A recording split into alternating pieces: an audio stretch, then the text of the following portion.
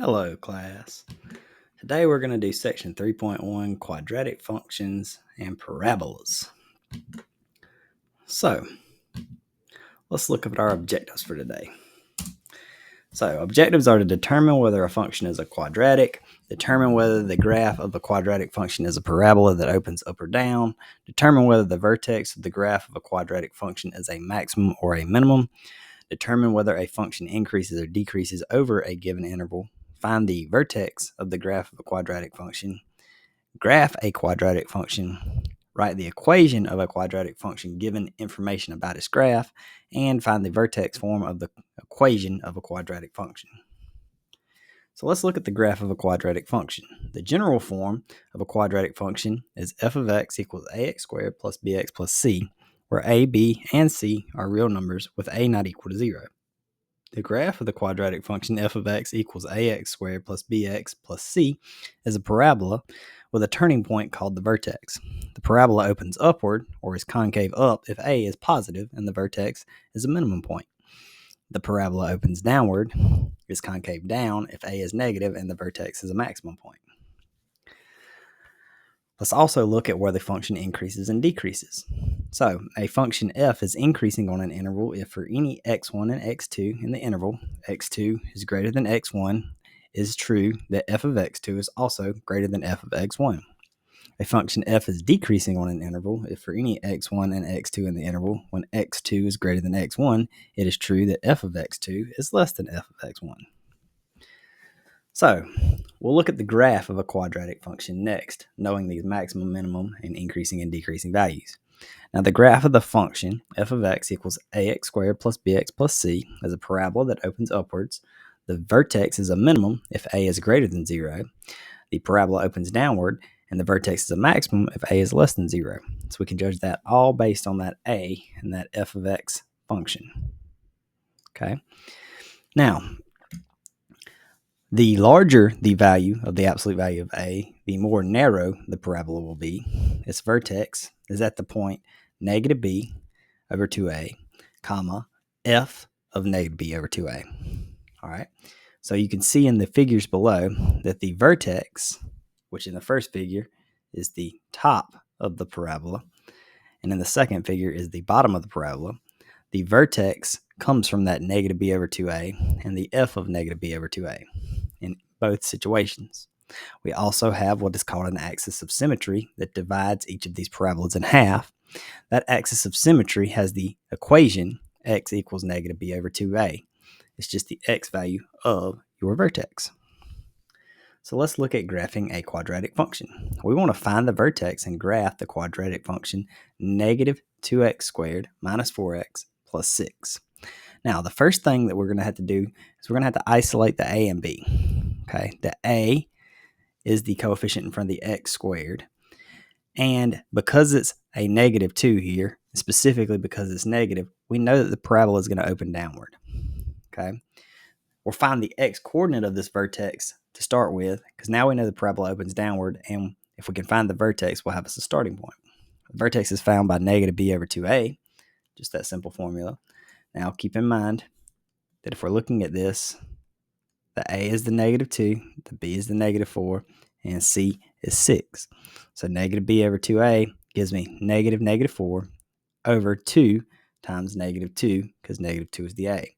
That simplifies down to negative 1. Now, we also need to find the y-coordinate of the vertex. And in order to do that, we would find f of negative b over 2a. But in this case, we already know what negative b over 2a is because we just solved for it. So instead, we'll just find f of negative 1. Same thing. We're just plugging negative 1 into our original equation from up top.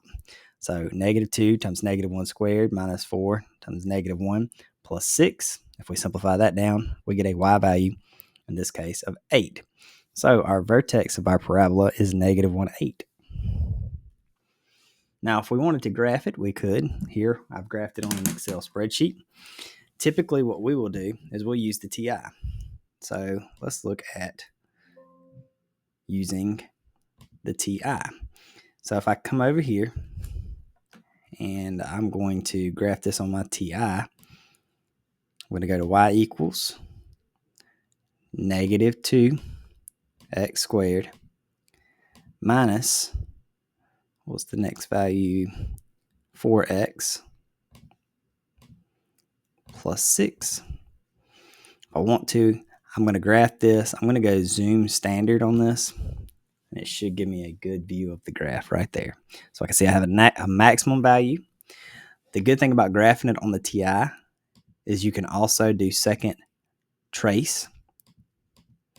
And because we know it's a maximum, we can find that maximum, and that maximum will wind up being the vertex that we just found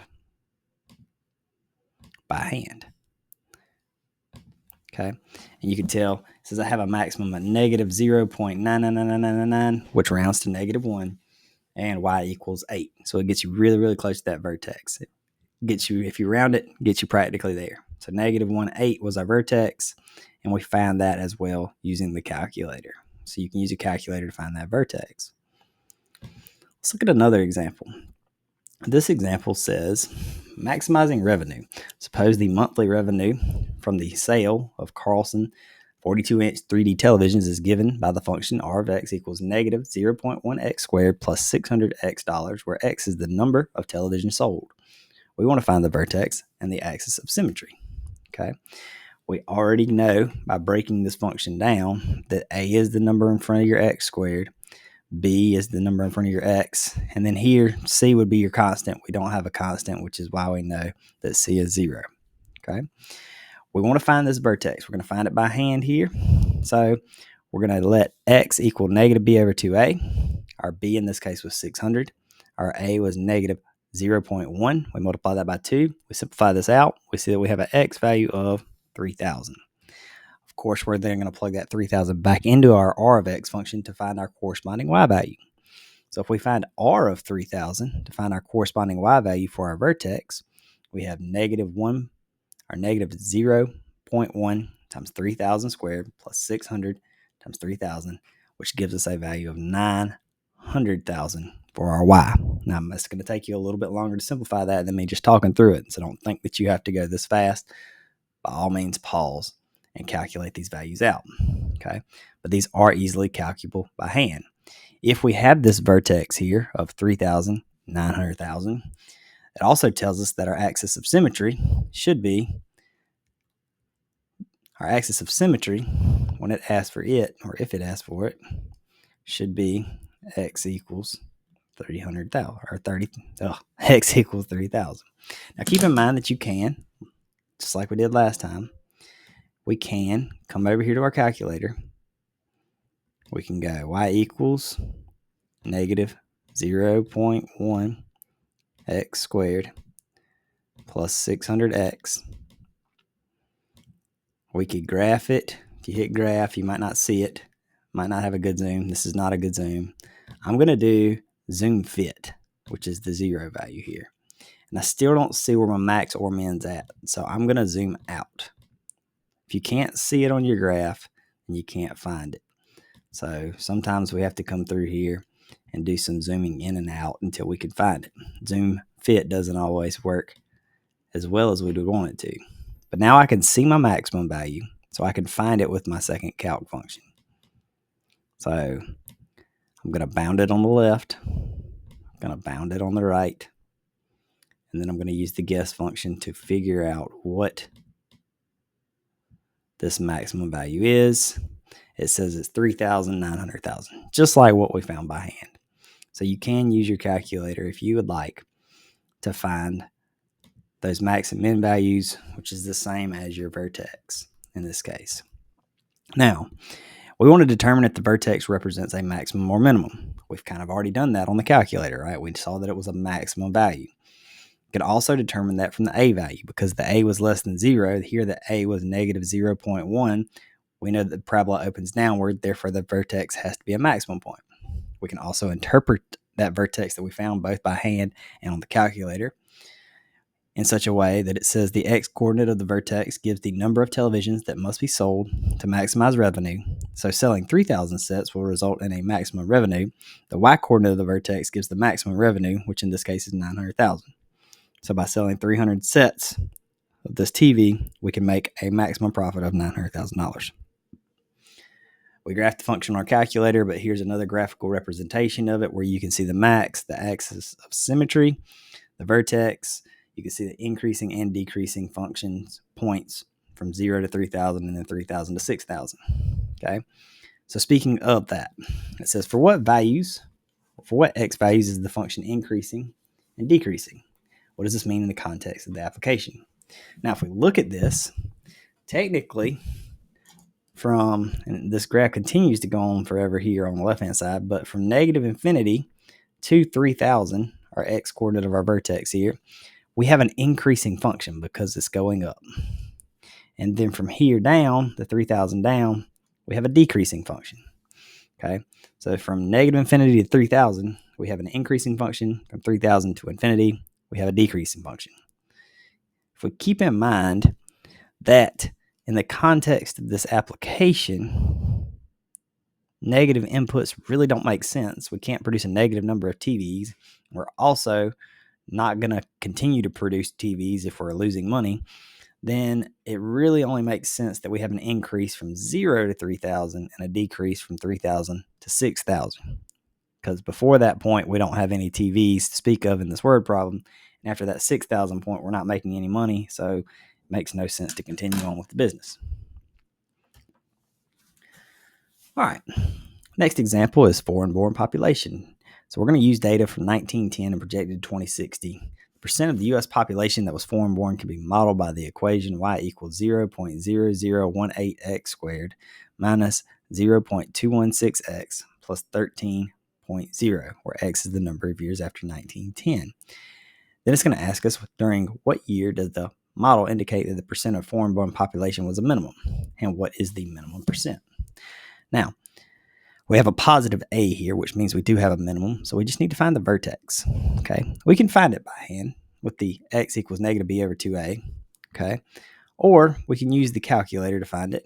I'm going to lean towards the calculator on this one, so I'm going to type this function in on our calculator real quick. So we're going to do y equals 0.0018 x squared, and then minus 0.216x, and last part of the equation was plus 13. Okay, if I hit graph, oops, I think I did something wrong. I see what I did. I'm supposed to put minus and I put a negative value here. There it goes. So if I graph it now, it doesn't give me a very good graph. So I'm going to do zoom fit again, and it shows me that I have a minimum here. Okay. If I can do second calc minimum. Okay. I'm going to bound it on the left. I'm going to bound it on the right. And then I'm going to find it here. Here's what I get. 60 is my x value and 6.2 is my y value. So if I go back to the PowerPoint here.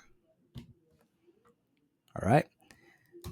During what year does the model indicate a minimum? Well, it indicates it during year 60. Like I said, we can find this by hand or we can find it on the calculator. We have to keep in mind that we had the alignment because we're talking about years since 1910. 1910 plus 60 renders the year 1970. So 1970 was the year at which we had our minimum. And that minimum percent that we had was that 6.52 that we found on our calculator. So the minimum percent is 6.52%. That's simple. Okay, we've already looked at the graph, so we're good to go there.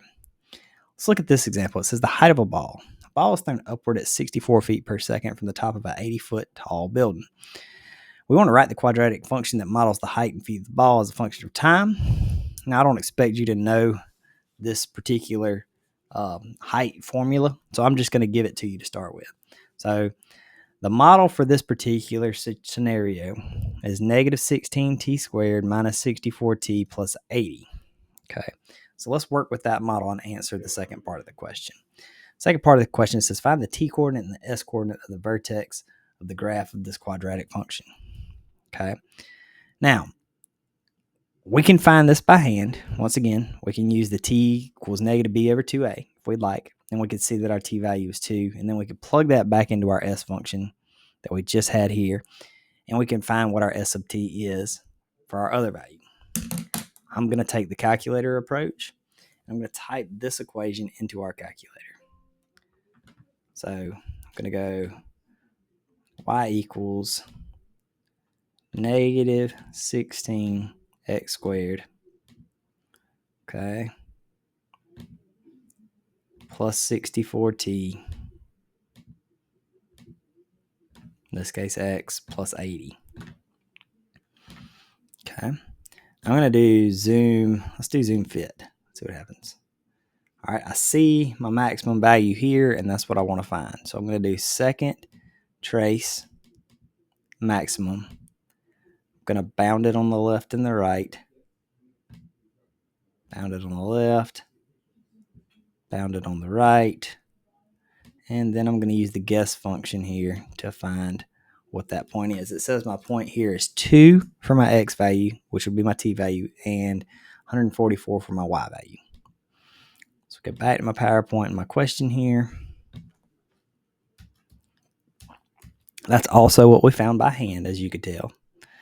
All right, and the s-coordinate here definitely had a miscalculation here. This is supposed to be 144, okay? So if you calculate this s, it should turn out to be 144. Okay, so we have the vertex of 2 and 144. At 2 seconds, we should be at a maximum height of 144 feet. I've already graphed this model. Okay, so we've seen this model on our graph. If we want to explain the meaning in a technical term, it says the graph is a parabola that opens down. So the vertex is the highest point on the graph, and the function has a maximum there. The t-coordinate of the vertex 2 is the time in seconds at which the ball reaches a maximum height, and the s-coordinate 144 is the maximum height in feet that the ball reaches. Okay.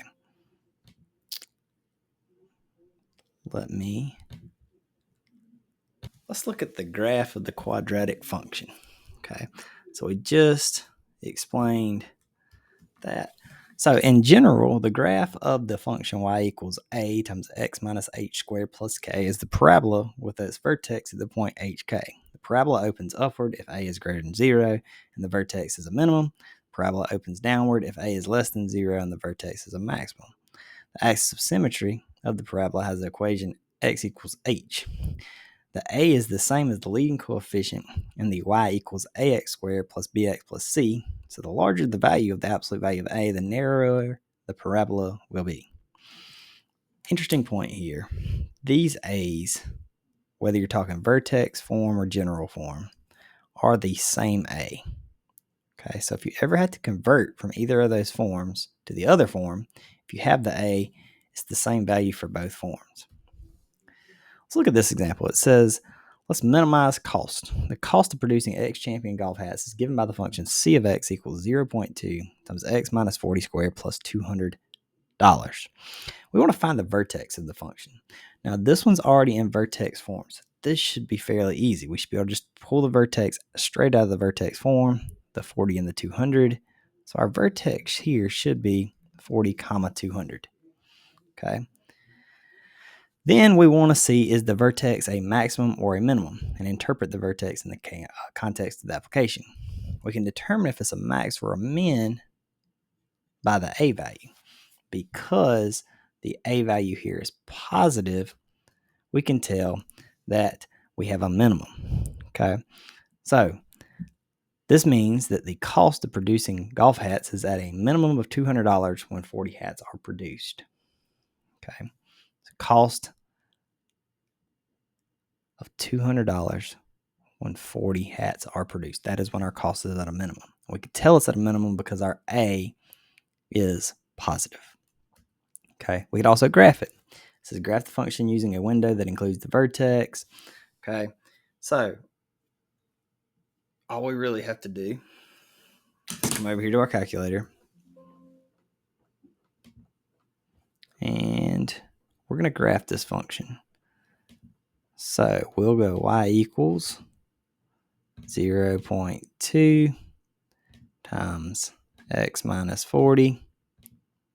Don't forget to square it, plus 200. I believe I typed it all in correctly. I always like to double check myself.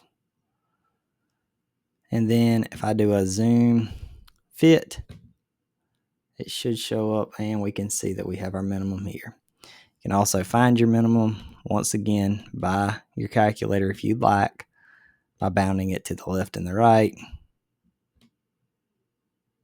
and then hitting the guess point, and we get the same minimum of 40 and 200. Got it graphed. No problem. You can see another graphical representation of it here on this slide. Okay, describe what happens to the function between x equals 0 and the x coordinate of the vertex. What does this mean in the context of the application? So between x equals 0, I'll use their graph so I can draw on it. So between x equals 0, so here, and the x coordinate of the graph, we see that we have a decreasing function. It is going down.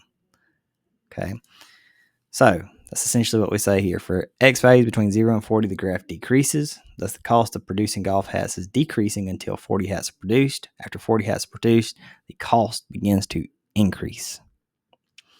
All right, let's look at another example. It says, Wright Sports Management had its monthly maximum profit of $450,000 when it produced and sold 5,500 waist trimmers. Its fixed cost is $155,000. If the profit can be modeled by a quadratic function x, the number of waist trimmers produced and sold each month, let's find the quadratic function p of x. Okay, we got two things we need to break down here. The easiest thing to break down is our vertex. It gives it to us directly here. Okay, so our vertex is going to be 5,500 for our x value and 450,000 for our y value. Okay. The other thing it gives us is what we call a fixed cost. So basically what it's going to cost us every month regardless of what we do.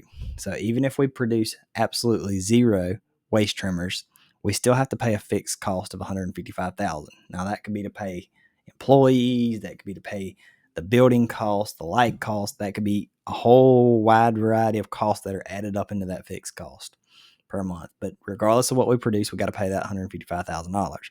So that gives us a value here,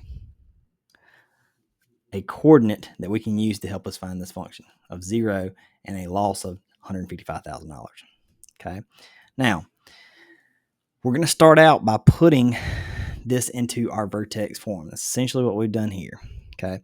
So our vertex form is a times x minus h squared plus k. That's what the y equals. In this case, we're using p of x instead, and we're replacing the h with the $5,500, and we're replacing the k with the $450,000. That's all we've done here in step one is input these. Now, we still have to worry about this a here. So that's where this additional point is coming into play, that 0 and negative 155,000 that we're losing because it's a cost, not a gain. Okay, if I plug that value in for my x and y, okay, so we're using that coordinate point 0, negative 155,000. That's our additional points that we can find the a. I'm plugging that negative 155,000 in here. I'm plugging that 0 in for my x. That leaves me just the value of a to solve for. If I back solve for that a, I should get an a value of negative 0.02.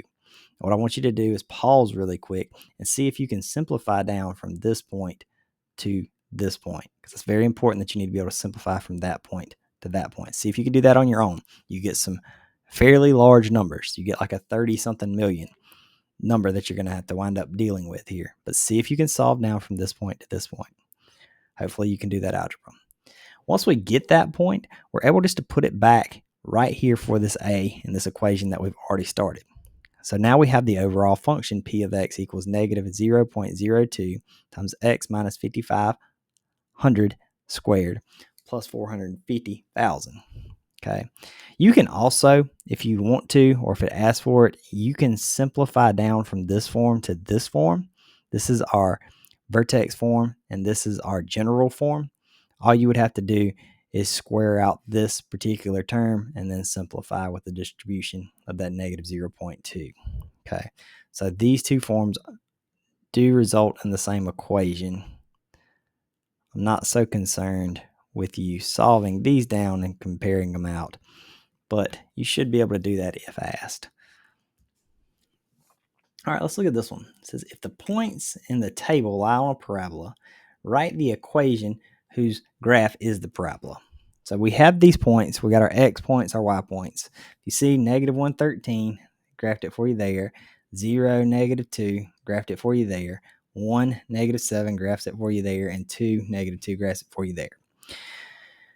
Now, since we took the time to graph it out, we can pretty easily tell which one of these is the vertex. So this is your vertex. The 1, negative 7 is our vertex here. And since we know the vertex form of the parabola, we should be able just to go ahead and plug that in. Now keep in mind that the vertex form of the parabola is y equals a times x minus h squared plus k. Okay, so if I plug in the 1 and the negative 7, I should get y equals a times x minus 1 squared minus 7. Okay, hold on just a second.